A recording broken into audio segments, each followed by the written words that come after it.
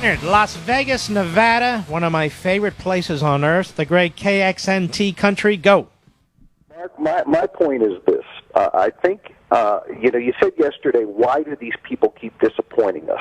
And the reason why they keep disappointing us is because they don't believe as we believe. All right, let me slow you down. Actually, I said it and then explained it. Right.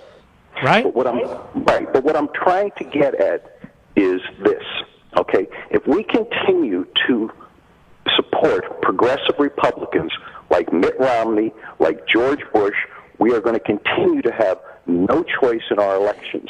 Okay, the reason Reagan came to power is because Jimmy Carter so screwed up things. They told us then that someone like Reagan could not win. Well, someone like Reagan, I know, pal. I was involved in it in '76 and '80, and you're not going to vote. You're going to go third party or write somebody in, and you do whatever you want. But you're not courageous and you're not noble. I just want you to be aware of that.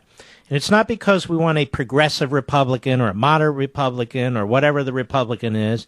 It's because we know the task at hand is to stop Obama.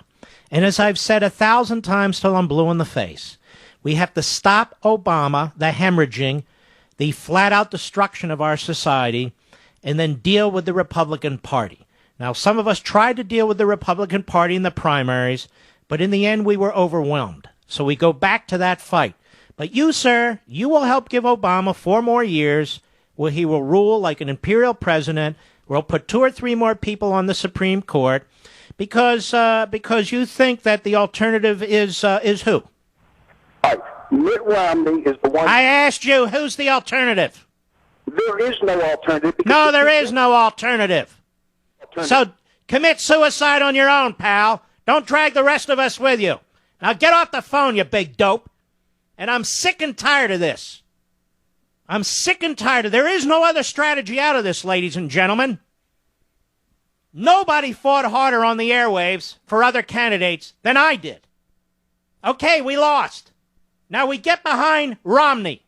Doesn't mean you support everything Romney believes. It doesn't even mean you support Romney that much. It means you're 100% committed to defeating Obama. 100% committed. You're not embracing Romney necessarily, Leonard. You're stopping Obama. And when our backs are against the wall, ladies and gentlemen, and we are fighting what they call an existential threat against our constitutional republic, I have no time for this. Tilting at windmills. No time and no tolerance for it. I don't need to be lectured about Ronald Reagan against Jimmy Carter, and neither do you. I don't need to be lectured about Mitt Romney. I know who he is, and so do you. We know who Obama is, we know what he's doing, and we know what his plans are. And he must be stopped at the ballot box, period. And there's only one way to do it, to elect Romney. And if Romney wins and some jerk calls this program and says, I told you Romney wasn't this or that, I'll have none of that either. Because if Romney wins, we have a different task relating to the Republican Party, both the presidency and Congress. But one thing at a time. We've got to deal with this seriatim. We can't fix it all in one election. We can't fix it all in 4 months. My first candidate wasn't George W. Bush. It was Steve Forbes. He lost. My first candidate wasn't John McCain. It was Fred Thompson. He lost. My first candidate wasn't Mitt Romney. It was Michelle Bachmann and Rick Santorum. They lost. So what do? What do you do?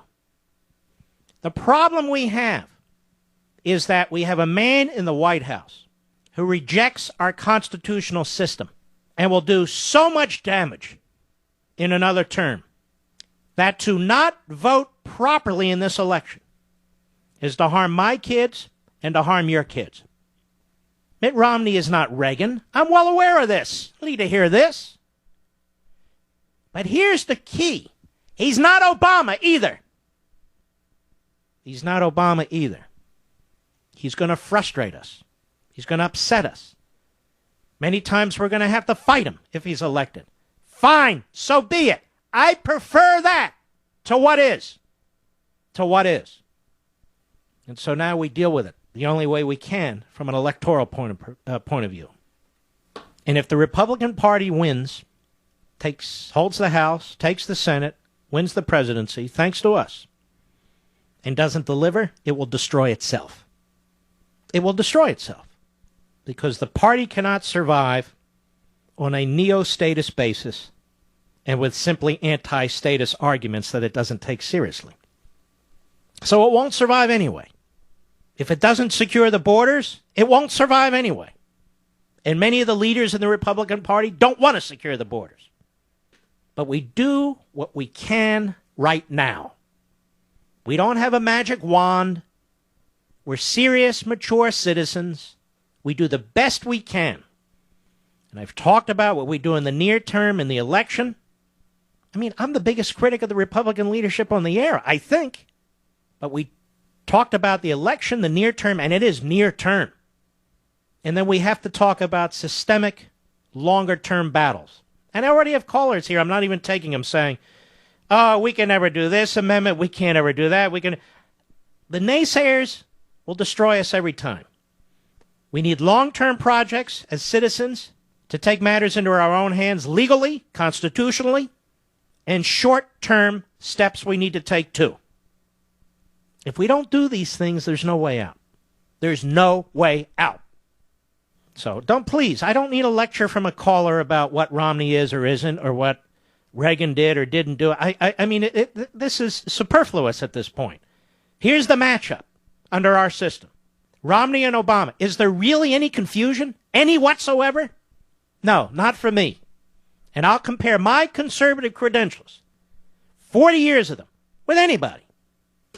And I'm not a Republican Party mouthpiece, never have been. In fact, Mr. Producer, if we want to get most of these Republican leaders on this program, about what chance do we have? 0 to none for most of them. That's fine. I don't even try. We don't care.